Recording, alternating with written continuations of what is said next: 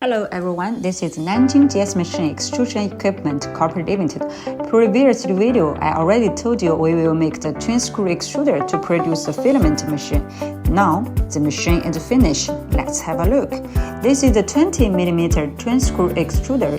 So for this machine, you can add some additives or compound the material or modify the material by the twin screw extruder directly and to produce a filament one time.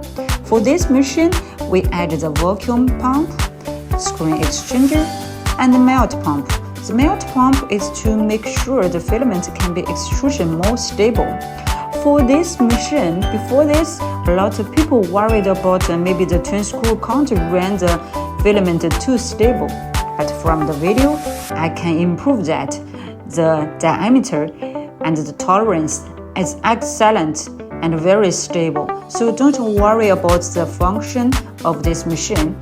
For this length, it's just a laboratory machine, so the capacity is around 5 kg per hour. We add the tractor, the storage part, and the winding part.